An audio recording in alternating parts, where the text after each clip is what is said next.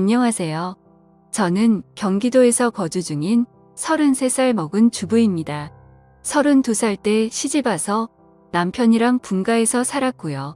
어느 날 남편이 어머님께서 돌아가시고 혼자 계신 아버님을 저희가 모시는 게 어떻겠냐고 갑자기 이야기를 하더군요.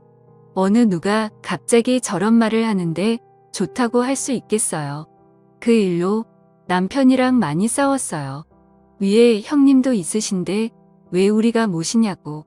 아주버님은 대기업을 다니고 계셔서 저희보다도 여유롭고 형편이 저희와는 정말 비할 수도 없을 만큼 좋습니다. 그 일로 인해 저는 남편과 끝도 없이 대화를 나누었고 정말 싸우고 볶고 거의 매일 같이 싸웠어요. 그러다 하루는 남편이 술을 먹고 울면서 진심을 담아 말을 하더군요. 저에게 무엇이든 다른 거는 당신이 원하는 대로 하자는 거 전부 다 할 테니까 제발 이번만은 부탁 좀 들어달라고요. 그러면서 남편은 이야기를 이어갔습니다. 남편이 어릴 적에는 엄청 개구쟁이였대요. 매일 사고 치고 다니고 해서 아버님께서 매번 뒤 수습하러 다니셨다고 하더라고요.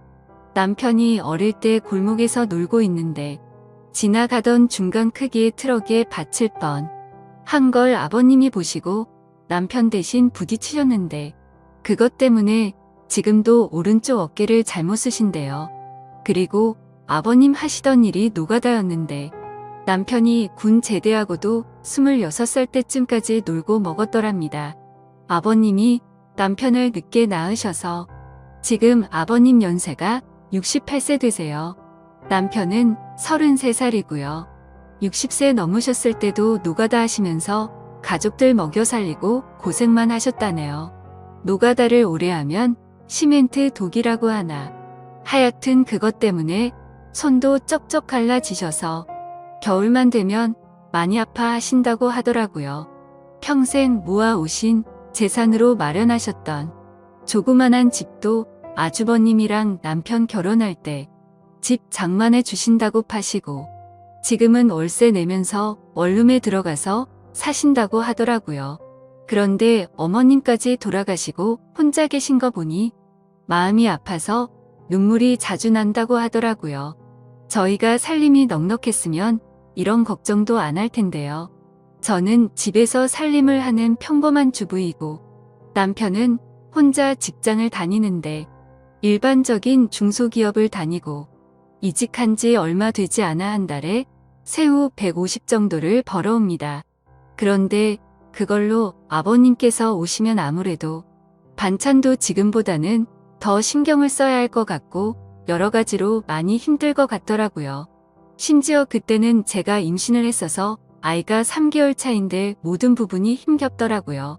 그럼에도 부유하셨던 형님께서는 절대 아버님을 못 모신다고 강력히 못 박으셨고 아주버님도 그럴 생각이 없다라고 남편이 말을 하더라고요.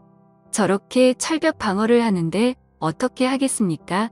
그리고 남편이 진심 어린 말들을 저렇게까지 했는데요. 그래서 넉 달 전부터 아버님을 모시기로 하고 저희 집으로 아버님을 모셔왔습니다. 처음에는 아버님께서 오지 않으시려고 자꾸만 거절하시더라고요.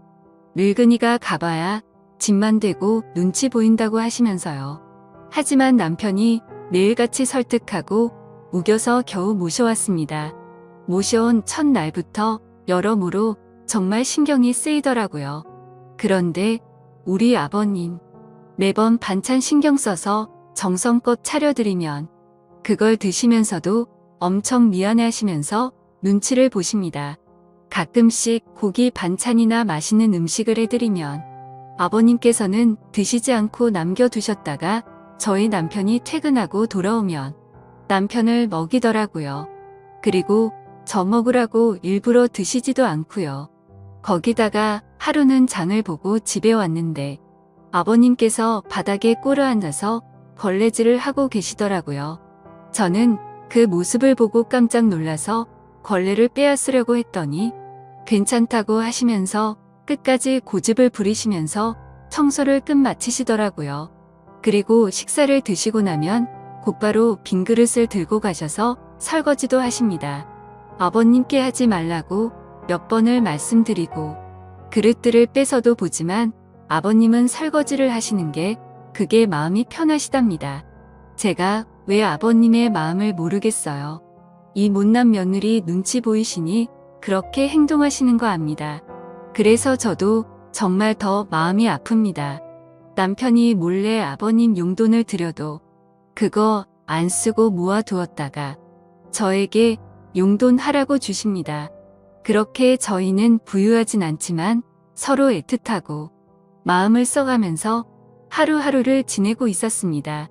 그런데 어제는 정말 너무 많이 슬퍼서 펑펑 울었습니다. 아버님께 죄인이라도 된 듯해서 눈물이 왈칵 나오는데 참을 수가 없더라고요. 한 달 전쯤부터 아버님께서 아침에 나가시면 저녁 때쯤 들어오시더라고요.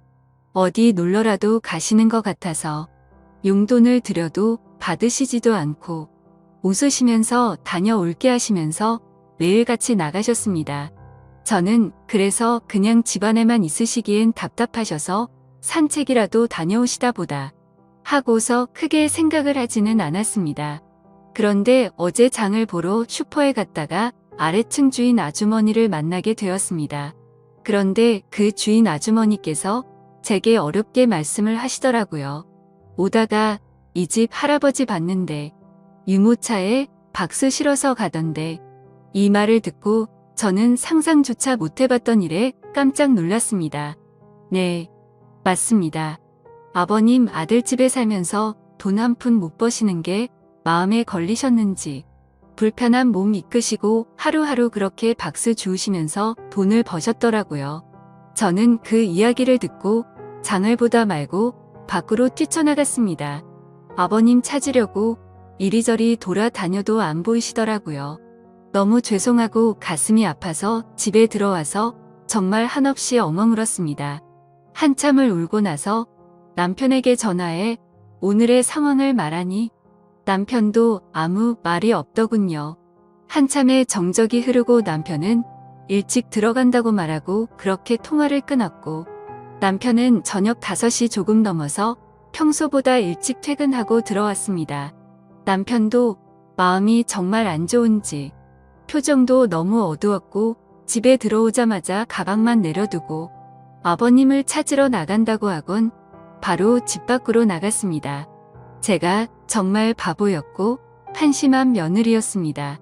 그렇게 매일같이 나가셨는데 관심을 가지고 진작 이 사실을 알았어야 했는데 말이죠. 며칠 전부터 아버님께서 저 먹으라고 봉지에 들려주시던 과일과 과자들을 받으면서도 아버님께서 사오신 것인지 일을 해서 사온 것인가라는 생각도 못했다니 정말 한심스럽습니다. 못난 며느리 눈치 안 보셔도 되는데 그게 불편하셨던지 아들 집 오셔서도 편하게 지내지도 못하시고 매일같이 눈치만 보시다 불편하신 몸 이끌고 그렇게 일을 하고 계셨다니 친정에 저희 아빠도 고생만 하시다가 돌아가셨는데 돌아가신 아빠 생각도 나고 해서 그렇게 저는 또다시 한참을 펑펑 울었습니다. 그날따라 아버님 웃으실 때 얼굴에 깊게 패인 많은 주름들과 평생 고생을 하셔서 손목에서 갈라진 피부가 자꾸 눈앞에 아른거리고 생각나면서 너무나도 죄송한 마음에 남편이 아버님이랑 들어올 때까지 울고 있었습니다. 남편이 아버님을 찾아 나가고 1시간 정도 좀 넘어서 남편이 아버님을 모시고 집으로 들어오더라고요. 아버님 들어오시면서도 제 눈치를 보시면서 뒤에 끌고 오던 유모차를 숨기시는 모습이 왜 그리 마음이 아플까요? 오히려 죄송해야 할 건 저인데요. 아버님께서 미안해 하는 듯한 그런 모습이 가슴에 남아서 지금도 이 글을 적는데도 마음이 너무 아픕니다. 저는 아버님의 모습을 보자마자 아버님께 달려가서 죄송하다며 손을 꼭 붙잡고서 또 펑펑 울었습니다. 그러자 아버님께서는 매일 나 때문에 밥 차리느라 고생도 많고 편하게 있지 못하게 해서 내가 정말 미안하다면서 제 얼굴을 보면서 손을 꼭 붙잡아 주시면서 말씀하시는데 저는 눈물이 멈추지 않았습니다. 저는 그날 아버님의 손을 처음으로 만져봤습니다. 평생을 고생하시면서 지내온 아버님의 손. 심하게 갈라지신 손등과 굳은 살 베인 손에 마음이 너무 아팠어요. 방 안에 모시고 나서도 죄송하다며 그렇게 펑펑 울었습니다. 아버님 식사 챙겨드리려고 부엌에 와서도 요리를 하고 있는데도 왜 그리 눈물이 그치지가 않던지. 남편은 아버님께 다시는 그런 일 하시지 말라고 말했고, 앞으로는 제가 더 열심히 일해서 벌면 되니까 그런 일 하시지 말라고 아버님께 확답을 받아냈습니다. 그렇게 이야기를 끝마치고서 3명이 오순도순 모여서 함께 저녁을 먹었습니다. 밥을 먹는데도 아버님 손을 보면서 자꾸 가슴이 아프더라고요. 오늘은 어제 일도 있고 해서 남편이 연차를 내서 쉬는 날이었고, 저는 아버님 모시고 시내 나가자고 남편에게 얘기를 했습니다. 그렇게 저희는 다 같이 시내에 나갔고, 날이 좀 쌀쌀해져서 아버님 잠바 하나랑 신발을 샀습니다. 한사코 괜찮다고 하시던 아버님께 제가 말씀을 드렸습니다. 자꾸 그러시면 제가 아버님 눈치 보여서 힘들어요. 이렇게 말씀드렸더니 아버님께서는 고맙다고 하시면서 받으시더라고요. 그리고 집에 아버님 심심하실까봐 케이블 TV도 신청했습니다. 아버님께서 스포츠를 좋아하시는데 오늘 야구 방송이랑 낚시 방송 보시면서 너무 즐거워 보이시더라고요. 조용히 다가가서 아버님 어깨를 만져드리는데 보기보다 정말 왜소하시더라고요. 제가 꽉 잡아도 부서질 것만 같은 그런 아버님의 어깨. 지금까지 고생만 하시고 자식들 뒷바라지 하시느라 평생 헌신하시면서 살아오셨던 아버님의 그런 발자취들이 느껴지면서 저는 또 마음이 아파왔네요. 남편한테 말했어요. 저 평생 아버님 정말 친아버지처럼 생각하고 모신다고요. 비록 지금은 아버님께서 불편해 하시지만 언젠가는 친딸처럼 생각하시면서 대해주실 때까지 정말 잘할 거라고요.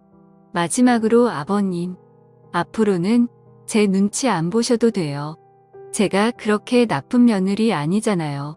아버님의 힘드신 희생이 없으셨다면 지금의 남편도 없잖아요. 그랬다면 지금의 저와 뱃속에 사랑스러운 손자도 없을 거예요. 저 아버님 싫어하지 않고 정말 사랑해요, 아버님. 그러니 항상 건강하시고 오래오래 사셔야 돼요. 그리고 2번 다시 그렇게 일 안 하셔도 돼요. 저 허리띠 쫄라 매고 알뜰하게 살게요. 다음 사연을 읽어드리겠습니다. 안녕하세요. 저는 평범하게 직장을 다니고 있는 22살 여자입니다. 저와 남자친구는 장거리 연애를 하고 있고요. 일하느라 일주일에 딱 1번 쉬고 만나고 있습니다. 그날마다 남자친구와 서로 지역을 오가면서 만나고 있고요. 그래서 이번 주에는 제가 남자친구가 있는 곳으로 갔습니다. 남자친구와 더 오래 있고 싶은 마음에 쉬는 날 전날이면 저는 항상 일이 끝나고 그 저녁에 버스를 타고서 남자친구네 동네를 갑니다. 남자친구가 절 혼자 두기 불안하다고 찜질방에서 자도 되는데도 불구하고 일부러 돈을 더 들여서 남자친구의 집에서 제일 가까운 숙박업소에서 저를 재우고 남자친구는 외박이 어려운 처지라 자신의 집으로 갑니다. 결론적으로 저는 혼자 그곳에서 항상 잠을 잡니다. 요번 주에는 가서 남자친구와 오랜만에 치킨과 맥주를 먹었는데 그날따라 맥주가 솔솔 들어가더니 나중에 정신을 차려보니 술에 좀 취해 있는 상황이었습니다. 남자친구는 항상 그랬던 것처럼 저를 재우던 모텔에 저를 재우고 남자친구는 집으로 갔고 저는 자기 전까지 계속 카톡을 하고 있었습니다. 그런데 갑자기 밖에서 누가 계속 노크를 하는 겁니다. 무슨 일인가 하고 나가보려고 했는데 혼자인 게 무섭기도 하고 겁이 나서 문만 살짝 열어서 빼꼼 밖을 봤습니다. 밖을 봤더니 옆방 앞에 모텔 아르바이트생이 있던 겁니다. 모텔 아르바이트생은 아저씨였고 저는 혼자인데 낯선 남자가 있는 것에 겁이 나서 문을 황급히 닫았습니다. 그러고 나서 남자친구와 카톡을 계속하면서 이런저런 일이 있었다고 얘기를 하고 자려고 침대에 누웠는데 누가 다시 똑똑하는 겁니다. 이번에는 열지 않았습니다. 그랬더니 모텔방으로 전화가 오는 겁니다. 그래서 모텔에 무슨 일이 있는 건가 하고 전화를 받았습니다. 그랬더니 맥주 가져다 드릴 테니까 종업원 가면 문 여시라고 하는 것이었습니다. 항상 여길 오니까 주는가 보다 하고 별 의심 없이 문을 열고 받았습니다. 맥주를 냉장고에 넣고서 다시 침대에 누워서 남자친구와 카톡을 하면서 맥주 줬다고 얘기하고 남자친구는 저에게 앞으로 누가 와도 문 열어주지 말라고 내일 아침에 병원 갔다가 바로 가겠다며 얼른 자라고 하고서 카톡을 끝냈습니다. 그 뒤 잠들기 전에 TV를 틀었는데 컴퓨터와 연결이 된 PC가 바로 떴는데 성인 영상이 나오더라고요. 근데 그때 때마침 모텔 아르바이트생이 열쇠로 문을 따고 들어온 겁니다. 저는 이미 술이 좀 취해 있어서 그때는 그 아르바이트생이 문을 따고 들어온 줄 모르고 문이 열려 있어서 들어온 줄 알았습니다. 자려고 침대에 자리를 잡고 누워 있었던 저는 그 사람이 들어오는 걸 보고서 놀라서 침대 모퉁이에 앉았고 급하게 TV 채널을 다른 거로 돌렸습니다. 문제는 그때 술에 많이 취해 있어서 기억이 중간에 몇 부분이 나지는 않지만 왜곡되어서 기억되지는 않았습니다. 저는 채널을 돌리고서 무슨 일이시냐고 했고 그 사람의 대답은 기억이 제대로 나지를 않습니다. 그 사람이 아마 필요한 거 없느냐는 식으로 했던 것 같습니다. 저는 그 사람에게 나가시라고 계속 말했습니다. 그러고서 그 사람은 저에게 그냥 보시던 거 보세요. 이러면서 제가 들고 있던 리모컨을 빼앗고서 채널을 다시 돌리는 것이었습니다. 너무 겁나서 계속아 제발 가시라고 계속 그랬더니 침대 모퉁이에 앉아있던 저를 눕히려고 제 다리를 만지는 것이었습니다. 저는 순간 겁에 질려서 그 사람의 팔을 치고 남자친구 곧 올 거라고 그랬습니다. 그랬더니 그때야 가더군요. 제가 술에 취해서 기억을 못할 거라고 생각했나 봅니다. 그러고서는 겁에 질려서 모텔 방 밖에 조그만 소리만 들려도 놀라고 식은땀 나고 잠도 계속 못 들고 다급하게 남자친구에게 카톡하고 전화했는데 남자친구가 배터리 가는 걸 잊어서 휴대전화기가 꺼져 있는 것이었습니다. 그래서 저는 너무 무서워서 그 방에서 나서지를 못했고 뜬 눈으로 계속 밤을 새우다가 아침 10시쯤에 잠이 들었습니다. 남자친구는 아침에 제 연락을 보자마자 급하게 모텔로 달려왔고 제가 자는 사이에 계산대에 가서 CCTV를 보고 아르바이트생에게 따졌지만 저에게 그랬던 아르바이트생 아저씨는 교대 근무가 끝나서 집에 간 상태였고 그 일이 새벽 6시 20분쯤에 끝난 일인데 CCTV는 메모리 문제로 6시 30분부터 녹화가 새로 되고 있었습니다. 주인은 없는 상황이었고 낮에 일하던 아르바이트생은 아무것도 모르는 상황이었던 거죠. 그래서 그 아르바이트생은 그 알바 아저씨를 불러냈습니다. 저는 무서워서 나가지를 못하였고 남자친구 혼자서 아저씨에게 가서 얘기했습니다.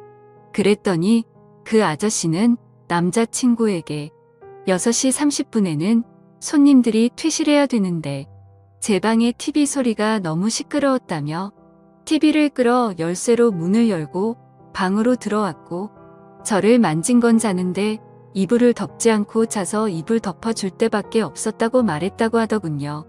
그리고 제가 여기 자주 오고 남자친구는 항상 가는 것도 알고 있더군요. 여기 단골이 쉬지 않느냐고. 저는 TV 소리를 크게 튼 적도 없었고 그 아저씨 때문에 무서워서 아침 10시까지 한숨도 못 잤습니다.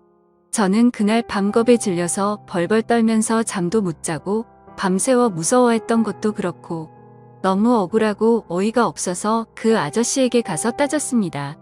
다시 말해보시라고 아저씨가 언제 그러셨냐고. 그랬더니 도리어 그 아저씨는 자기가 언제 그랬냐면서 그러는 겁니다. 제가 술을 마셨어도 기억을 다 하고 있는데도 그 아저씨는 제가 술에 좀 취해 있던 것도 알고 남자친구가 같다는 걸 알고서 계속 거짓말을 해댄 겁니다. 저는 더는 말해도 안 통하고 자기는 그런 적 없다고 할 것 같기도 하고 사실 이런 일이 처음이고 너무 당황스러워서 얘기하다가 눈물이 나와서 혼자 밖으로 나갔습니다. 경찰서를 가도 심증은 있지만 물증이 없어서 일만 더 복잡해질 것 같고 남자친구가 사는 지역에 계속 올 수도 없는 상황이어서 이런저런 생각을 한 저는 남자친구에게 그냥 나오라고 했습니다. 남자친구는 제가 나간 후에 조금 있다가 나왔고 아저씨와 계속 얘기를 해봤지만 끝까지 자기는 TV 소리 때문에 그랬다면서 모텔에 다른 고객들을 위해서 그랬다면서 새벽 6시 30분이 어떻게 손님들 퇴실 시간입니까? 제가 만약에 아주 만약에 소리를 크게 틀고 있었다고 해도 여자 혼자 모텔방에 있는 걸 알면서도 문을 따고 들어오는 게 말이나 됩니까? 그리고 자는 제가 이불을 덮고 있지 않아서 이불을 덮어주느라 만졌다는 건 또 말이 됩니까? 변명해도 어떻게 그렇게 할까요? 집에 와서 생각해보니까 더 화가 나는 겁니다. 너무 억울하고 지금 가서 그깟 5만 원 던져주고서 경찰서 가자고 하고 싶습니다. 하지만 그럴 시간도 안 되고 어제도 밤에 울면서 남자친구와 전화했습니다. 내가 대체 뭘 잘못했길래 이런 일을 당해야 하느냐고. 너무 억울하다고. 심증은 있는데 물증도 없는 지금. 물증이라고는 모텔에 그 아저씨가 들고 왔던 맥주와 새우깡이 있었고 카톡으로 실시간으로 남자친구와 얘기했던 내용이 전부입니다.